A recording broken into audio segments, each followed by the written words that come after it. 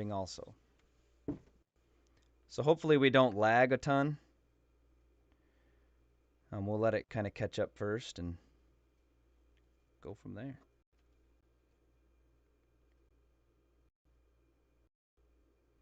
All right. These live shows are always kind of sketchy to start with.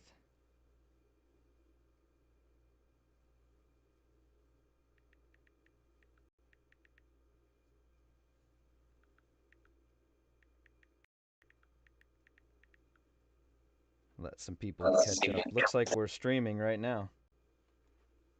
Awesome. Turn my volume down.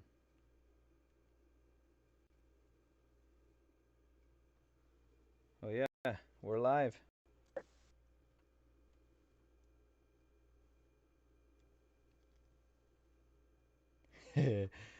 All right.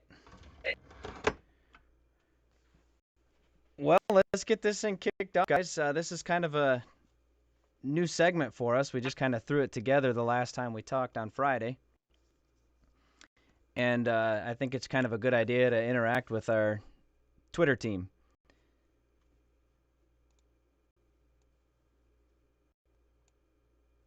Let's see here.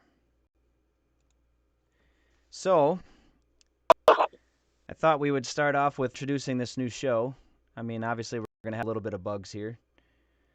But, welcome into the lounge, guys. This is another episode that we're kind of throwing out there. So this is an episode 1 for Tuesday Q&A in the lounge. So what we did is we posted to Twitter and asked 4 questions from you guys for us to kind of ponder and think about through the last few days and give us our best answer, give our best answer out to you. So, Sam, I think you grabbed a whole bunch of them off of the Twitter account. I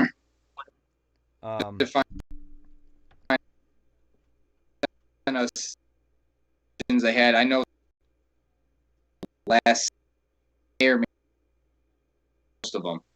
Okay. No worries there. So let's go ahead and just grab one at random. And I think what we need to do is let's throw out their Twitter handle, give them a shout out, and we can go from there.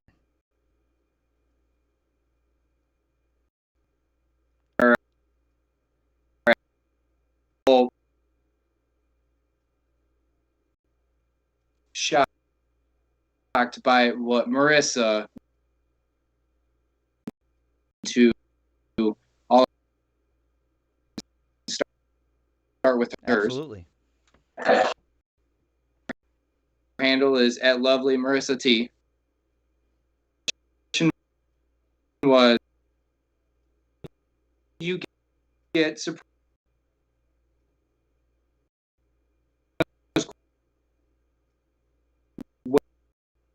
where Those are tough ones, man. Go ahead and you take part 1. I'll take part 2, and you guys can correct me on part 2. Sounds good.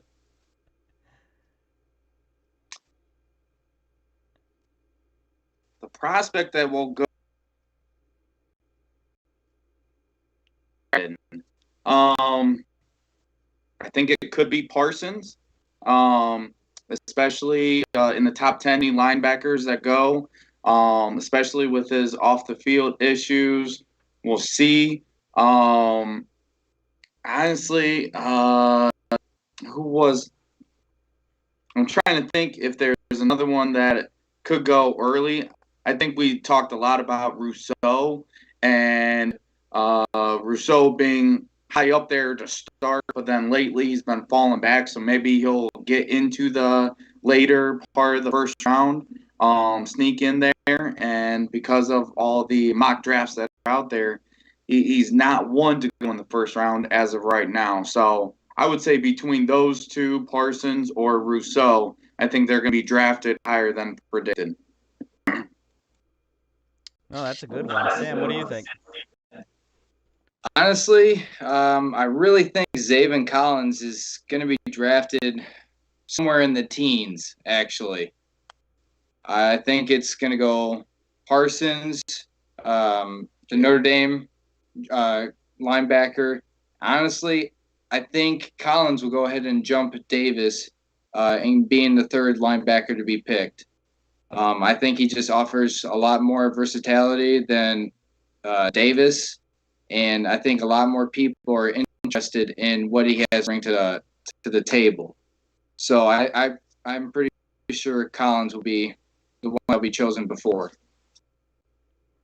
That's a solid pick too. That I is. wanted to play it safe and go with Mac Jones Okay. as early as 3. But I think everybody's kind of thinking that. And as I was sitting here thinking, as you guys were talking, I think you're going to see the edge rusher out of Michigan go sooner than a lot of people are thinking too. I'm going to say between 10 and 15. That's just kind of a surprise. Do I think he's going to be there or be picking or chosen there? No, I don't think so. I think he's going to be chosen later on. But as a surprise, though, I could see him sneak into that between 10 and 15. Just because there's a lot of edge rushers that are, worthy, at least what we've talked about before, of that, 1 through 15 pick. Correct. So I know Russo has kind of been that name, but I think Kwity Paye can actually sneak up in there and surprise some people. Now, did he play this past season? Good question. I didn't catch a lot of the games there. Let me. Sam said he doesn't think so. I think you're right. I think any of those players who opted out, and rightfully so, they needed to do what they felt was best. I think there's a lot of. I think they all could be drafted higher than expected, just because of the fact that you're drafting them based on prior experience and not after this past season. Yes. And I looked it up. First headline, he did it last season. Okay. So you're exactly right. What are you? You're kind of going off their previous tape. So, and then their pro days they're tearing it up. So, what player are you going to get? Are you going to get the 2019 version, or are you going to get this, small version of a pro day type player? That's what's tough about it. So that's kind of why I wanted to play it safe with Mac Jones, because I don't think early on people were thinking he was going to be their top 10, top 15. Yeah, he did very well at his pro day. He's done very well at Bama, especially after the season. He could definitely rise up. The word on the street is that the 49ers really like him. So are they going to go with him, or are they going to go with Fields? Or even Lance, for that matter. So I think we know they're going to go quarterback. It's just which one at that time. And I agree with you. Mac Jones is up there. Understood. Yeah, I agree with 100%. I'm going to go ahead and take part 2 on this one, because I think I shocked Marissa when I said this. But I just basically said I didn't think there was going to be a kicker drafted. Now, somebody's going to reach and just say, I need a kicker. We all know the kicker problems we've had over the last however many seasons and things like that. So not necessarily us. I mean, I know we've had some before Prater, obviously, and that was horrible to go through. But I don't know. I think those are ones that people can just bid out and undrafted free agent. We'll see what happens. But I know there's a couple good ones coming out. So somebody might snatch one up in the 5th, 6th, 7th round. But I don't know. My prediction there was I don't think one will get drafted. That is pretty bold. Just because I think the Miami guy. I think the Miami guy will go and get a good look. He's good for Miami Hurricanes. Had a great season. I think he's the top kicker out of the class. And like you said, it's probably 5, 6, or 7 round that he would probably get drafted. But if we had to go and pick a team, I have no idea. I mean, There's a lot of teams out there that are going to try to create some competition for their kicker currently. And hell, we could even use one, so we'll see. I was just going to ask you that question. Is this something that you'd be surprised if we pulled out in the 6th, 7th round? If we go ahead and trade back from 7 and somehow acquire a 6th or a late 7th round pick, I would not be upset if we spent the 7th round pick on a kicker, because personally I don't really care for the kicker that we signed. He's old, or he's in his low 30s, but I don't think he's the consistent kicker that we're going to need to and depend on this season. He may be good for a couple of games, but for here now, I would rather have a younger kicker who is more dependable. Yeah, fair enough on that one. I was kind of in the same boat too. You know, you're kind of going off of what you see in Bengals film with Bullock, and I mean, I think he's fairly accurate from under 45. Correct. Yep. So it gets a little scary when you know that we're used to booming 50-yard field goals plus, and who knows, kind of. I mean, hope that our offense is going to be good, but we don't know. And if we stall out a lot, you need that long-range kicker to at least get you some points and keep you somewhat in the game. Correct. So I agree with you, Sam. If you can play with house money, I think you'll be better off maybe looking at one of those guys in the later rounds there. All right, well, we'll move on to the next question here. It looks like our YouTube dropped off, so I'm not sure what's going on, but this at least is recording, so. Good.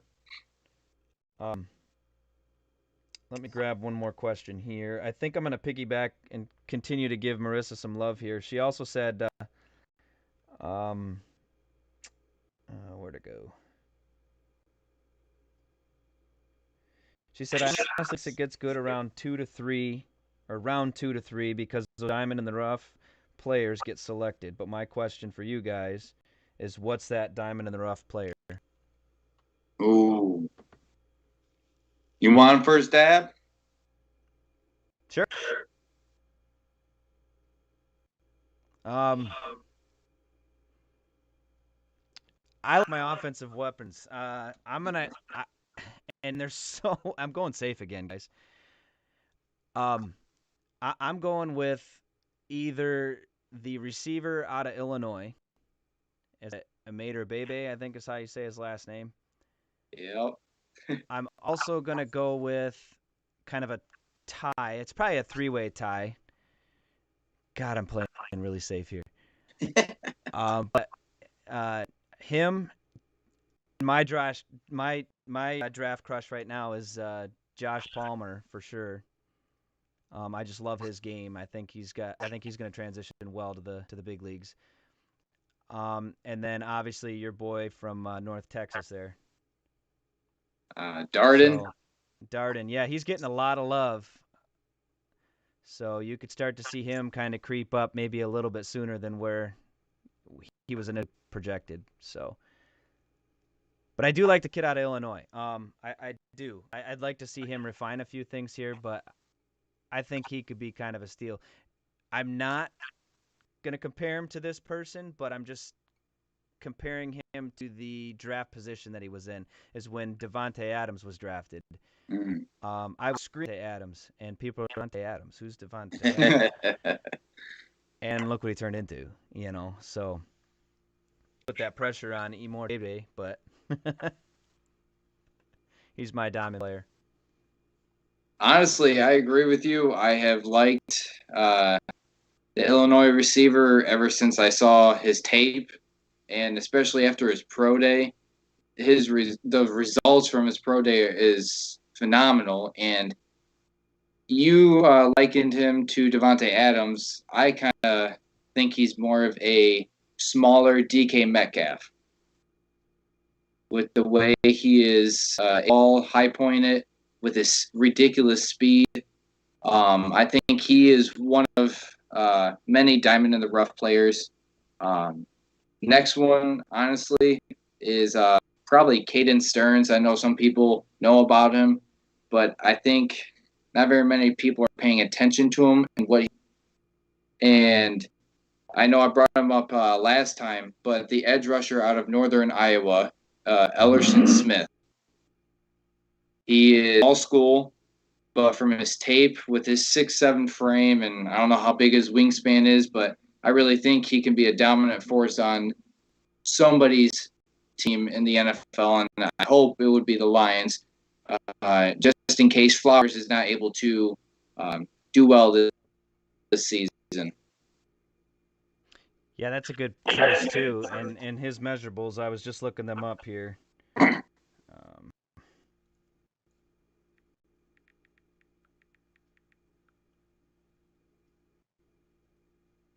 Let's see. 6'6", 262, wingspan's 83 inches. So there you go. Dude can just put his hands up and get in the way. All right. So I like how you both went offense first, and then Sam went a little defense. And you think about Holiday was a diamond in the rough. You had said last show that you were like this guy, and then you saw tape on him, and you're like, yes, that's the guy that I want. So, and look what he did for us. So I'm gonna actually go the defensive route a little bit. Because hey, you know, defense wins championships, and that's what we need to move on, especially after last year. So, I think either linebacker wise, it's either going to be Surratt or Barnes, Derek Barnes from Purdue.